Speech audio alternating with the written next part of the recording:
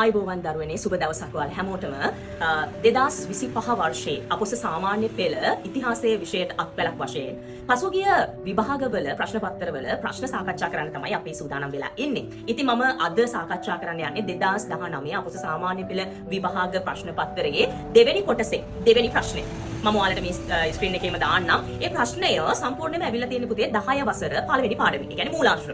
ඉතින් මේ මූලාශ්‍ර පාඩමෙන් තමයි අපි තොරතුරු හොයන්න යන්නේ මේකට උත්තර ගලපන්න හදන්නේ. එහෙනම් අපි සූදානම් වෙමු 2019 දෙවෙනි කොටසේ දෙවෙනි ප්‍රශ්නයේ පළවෙනි රෝමි ලක්කමේ ප්‍රශ්නේ අපෙන් අහන්නේ පුතේ ශිලාලිපි නිර්මාණය කර ඇති ස්වරූපය. හරි. දැන් මේක අහපුවාම අපිට කොතනද උත්තර තියෙනවා යන්න 10 වසර පිටු අංක 5. ඒ පිටු අංක 5 මෙන්න මේ වගුව. මේ වගුවේ දීලා තියෙනවා පුතේ ඔයාලට කැමති උත්තරයක් ලියන්න පුළුවන්. ලෙල් ලිපි, ගිරි ලිපි, ටැම් ලිපි, පුවරු ලිපි, ආසන ලිපි. ඕකෙන් උත්තරෙන් ඔයාලට 3ක් ලියන්න පුළුවන්. දෙවෙනි ප්‍රශ්නේ අපිට ඊට පස්සේ යොමු කරනවා ABCD කියලා දීලා මේවාට අදාළ තොරතුරු දක්වන්න කියලා. ඒක ඒවල දක්වන පුතේ ශ්‍රී ලංකාවේ සිතියමක් අඳපු පළවෙනි ග්‍රීක ජාතිකයා කවුද කියලා. එහෙනම් ඒකත් ඊට කලින් පිටුවේ පිටු අංක 4 දක්වලා තියෙනවා පුතේ. මෙතන රෝම ටොලමිගේ ලංකා සිටියම. ටොලමිගේ ලංකා සිටියම තමයි උත්තරේ. මේ ඔක්කොම උත්තර ලියන්නේ මොන පාඩමෙන්ද? 10 වසර මූලාශ්‍ර පළවෙනි පාඩමේ. පුරාවිද්‍යාත්මක කැණීම් වලින් ශ්‍රී ලංකාවේ හමු පැරණිම කාසිය. ඒ කාසි කියන මාතෘකාව යටතේ පුතේ දක්වලා තියෙනවා. මෙරටින් හමු වන පැරණිතම කාසිය කහපන කාසිය කියලා එක පුරාණ හෝ දරණ කියන නම් වලිනුත් අපිට හඳුන්වන්න පුළුවන්. ඊළඟ ABC ඉවරයි. D ප්‍රශ්නේදී අහනවා වසභ රාජ්‍ය සමයේදී ඍෂිගිරි කියන ඇමතිවරයා නකදිව පාලනය කළා කියන්න සඳහන් මූලාශ්‍රය මොකද්ද කියලා. මෙතනදී ඔච්චර ගැඹුරට යන්නේ නැතුව මම සරලව මෙතන උත්තරය දෙන්න. පුතේ පළවෙනි පාඩමෙන් අපි මේකට පිළිතුර ගත්තොත් එහෙම මේ අභිලේඛන කියන කොටුවේ ඒ වගුවේ දක්වලා තියෙනවා වල්ලිපුරම් රන්සන්නස රන් තහඩු කියලා. නමුත් ඕකට වැඩි ඔයිට වඩා අපි තොරතුරක් හොයන්න යනවා නම් අපිට 10 වසර 3 වෙනි පාඩමේ පිටු අංකය 38 එතනදී දක්වලා තියෙනවා මෙන්න මෙතන ඡේදේ. මේ බාතිකාඹයට ඉස්සරහ ඡේදේ දක්වලා තියෙනවා පුතේ. වසභ රජතුමාගේ කාලයේදී යාපන ප්‍රදේශය පාලනය කරන ලද එතුමා විසින් පත් කරන ලද ඍෂිගිරි යාපනය හඳුන්වන්න අපි අතීතයේ පාවිච්චි කරා පුතේ නක්කදිව කියන වචනේ. එහෙනම් එතන උත්තර ටික හරි. ඊළඟට අපි යනවා දෙවෙනි ප්‍රශ්නේ රෝමි ලකම් 2ට උත්තර හොයන්න. ඒකේ ප්‍රශ්නේ අහන්නේ පුතේ ඉතිහාසයේ ගොඩනැගීමේදී ශිලා ලිපිවල තියෙන වැදගත්කම. මම ඔයාලට සරලව දාගත්ත මේ බෝඩ් එකේ ශිලා ලිපි නැත්නම් සෙල් ලිපි ගලක කොටලා තියෙනවා නම් අපි ඒවට කියන්නේ ශිලා ලිපි සෙල් ලිපි කියලා. ඒවයි වැදගත්කම් 3ක්. මම 4ක් ලියලා තියෙනවා බෝඩ් එකේ. ඒ විදිහට මම දාගත්තා. අපි බලමුකෝ මොනවද මේ වැදගත්කම් කියලා. පළවෙනි එකේ කියනවා පුතේ සාහිත්‍ය මූලාශ්‍රවල තියෙන තොරතුරු සනාථ කරගන්න අපිට මේ සෙල් ලිපි වැදගත් වෙනවා කියලා. මොකද්ද මේ කියන්නේ? දැන් ඔයා දන්නවා පුතේ මේ සෙල් ලිපියක් කියන එකේ වැදගත්කම ගැන කතා කරද්දී සාහිත්‍ය මූලාශ්‍රවල තියෙන සමහර තොරතුරු ඇත්තද නැත්තද කියලා අපිට නිවැරදිව දැනගන්න සෙල් ලිපි වැදගත් වෙනවා. ඒ ඇයි? ඒකට මම පළවෙනි එකට එකතු කරනවා මේ හතරවෙනි පොයින්ට් එක. හතරවෙනි පොයින්ට් එකේ තියෙන්නේ මොකද්ද?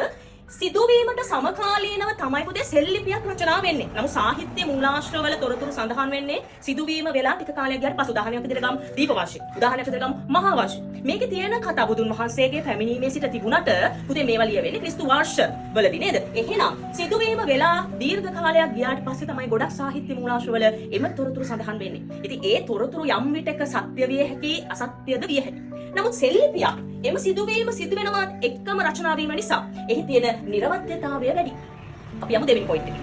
දෙවෙනි පොයින්ට් එක පුතේ සෙල් ලිපි භාවිතා කරද්දී ඒවයින් අපිට විහාරාරාම පාලනය, විහාරාරාම වලට ගම්බිම් පිදීම වගේ තොරතුරු දැනගන්නට හැකියාව තියෙනවා. දැන් අතීතයේදී හිටපු රජවරු ඒගොල්ලෝගේ ප්‍රධානම වගකීමක් යුතුයකමක් ලෙස සැලකුවේ බුදු සසුනේ චිරස්ථිතිය උදෙසා කටයුතු කරන එක. ඉතින් අතීතයේ රජවරු විහෙර විහාර හැදුවා, විහෙර විහාර වලට විශාල ගම්බිම් පූජා කළා. මේ පිළිබඳව තොරතුරු රාශියක් සෙල් ලිපි වල තියෙනවා. ඉතින් උදාහරණයක් ගමු මම මෙතන ගත්තේ මිහින්තලේ පුවරු ලිපිය.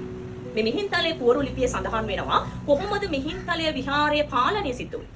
කොහොමද මිහින්තලේ විහාරයේ මූල්‍ය කළමනාකරණය සිද්ධ වුනේ. ඉතින් එවැනි තොරතුරු දැනගන්නත් අපිට මේ සෙල් ලිපි ගොඩක් වැදගත් වෙනවා. තුන්වෙනි පොයින්ට් එක මම අරන් තියෙනවා රජයේ නීති රීති ගැන මහ ජනතාවව දැනුවත් කරා. දැන් පුතේ අද වර්තමානයේ sannivedanaya දියුණු මට්ටමක තිබුණාට අතීතයේ sannivedanaya අතින් ගත්තොත් විශේෂ ස්ථානයක් හමුනා මේ සෙල් ලිපි වල. විශේෂයෙන්ම පුවරු ලිපි, ටැම් ලිපි භාවිතා කළ මහ ජනතාවව දැනුවත් කරන්න රජයේ නීති රීති පිළිබඳව. නිදසුනක් ගමු. අපි ගමු බදුළු ටැම් ලිපිය. දැන් බදුළු ටැම් ලිපිය ගත්තොත් මහියංගන ප්‍රදේශයේ සොරබවර වැව ප්‍රදේශයේ තිබිච්ච වෙළඳාම පිළිබඳ වෙළඳාමේදී සිදුවන අකටයුතුකම් නැති කරන්න වෙළඳ නීති රීති මහ ජනතාවට දැනුම් දෙන්න තමයි මේ බදුළු ටැම් ලිපිය නිර්මාණය කරේ. එතකොට දැන් අපි හිතමු යම්කිසි පුද්ගලයෙක් වැරදි කරුවෙක් නම් ඒ වැරදි කරුවා හොරෙක් එහෙම දැනුවත් කරන්න සමාජය දැනුවත් කරන්න ඒ විතරක් නෙමෙයි මහ ජනතාවට වරප්‍රසාදයක් මොන හරි කාට හරි දෙනවා නම් ඒ පිළිබඳව දැනුවත් කරන්න මේ සෙල් ලිපි අතීතයේදී වැදගත් වුණා. එහෙනම් මගේ ප්‍රශ්නයට අදාළව මම ගත්තා මේ පොයින්ට් 3. 1 4 1ට එකතු කරලා ලියන්නේ. දැන් ඔයාලට මම තිරේ දාන්නම් ඒ සම්බන්ධව ලියපු පිළිතුරක් ලකුණු 5ක ප්‍රශ්නයක් මේක අපිට හම්බ වෙන්නේ. එතකොට මේ වයින් තමයි ඒකට පිළිතුරු ලියන්න ඕනේ. හරි දරුවනේ දැන් අපි 2019 පේපර් එකේ අවසාන ප්‍රශ්න දෙවෙනි කොටසේ හතරවෙනි ප්‍රශ්නේ තමයි උත්තර ලියන්න යන්නේ. ඒකෙදී අපෙන් ප්‍රශ්නය අහන්නේ ඉතිහාසය ඉගෙනීමේ ප්‍රයෝජන තුනක් විස්තර කරන්න කියලා. මොනවද ඉතිහාසය ඉගෙනීමේ ප්‍රයෝජන? හරි. පළවෙනි පොයින්ට් එක අරන් තියෙන්නේ මම රටේ අනන්‍යතාවය හඳුන්වා දීමට. දැන් පුතේ මගෙන් කවුරු හරි හැවුවොත් මොකද්ද ඔයාගේ අනන්‍යතාවය? ඔප්පු කරන්න. එතකොට මම පුතේ ඉදිරිපත් කරන්නේ එක්ක මගේ හැඳුනුම්පත නැත්නම් උපැන්න සහතිකය නේද? එතකොට රටක අනන්‍යතාවය කියන්නේ මොකක්ද? ඒ රටේ අනන්‍යතාවය කියන්නේ ඉතිහාසය. එහෙම කිව්වොත් නිවැරදිම. මොකද අනන්‍යතාවය ඉදිරිපත් කරන්න අපිට භාවිතා කරන්න පුළුවන් සාහිත්‍ය හා පුරාවිද්‍යාත්මක මූලාශ්‍ර.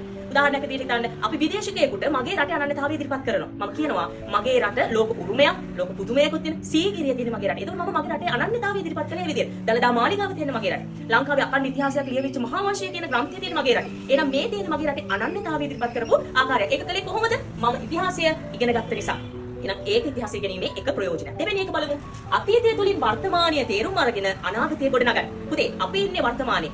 ඉතිහාසයේ තියෙන අතීතේ ඒකේ සිද්ධ වෙච්ච හොඳ දේවලුත් තියෙනවා නරක දේවලුත් තියෙනවා. අපි අපේ ජීවිතයට අපේ රටට ඒ හොඳ කියන දේවල් අරගෙන ඇවිල්ලා අදට ඇඩ් කරලා ඒක අනාගතයට දරුවන්ට දායාද කරන්න හැකියාවක් තියෙනවා. උදාහරණ මොනවද මේ දේවල්? අපිට මොනවද අතීතය තුලින් වර්තමානයේ සහ අනාගතයට අරන් එන්න පුළුවන්? අපිට අරන් එන්න පුළුවන් නේද අතීතයේ තිබිච්ච විශිෂ්ට වාරිතාක්ෂර?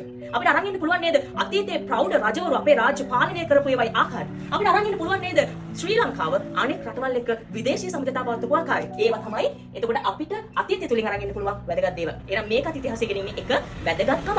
තුන්වෙනි එක. අන්‍ය සංස්කෘතියන්ට ගරු කිරීම හා විවිධ මත ඉවසීම. පුතේ ශ්‍රී ලංකාව කියලා කියන්නේ බහු සංස්කෘතික රටක්. බහු ජාතීන් බහු ආගමිකයෝ ඉන්න රටක් නේ. ඉතින් අපේ ශ්‍රී ලංකාව තුල අතීතේ නම් අපි සහජීවනයෙන් කටයුතු කළා.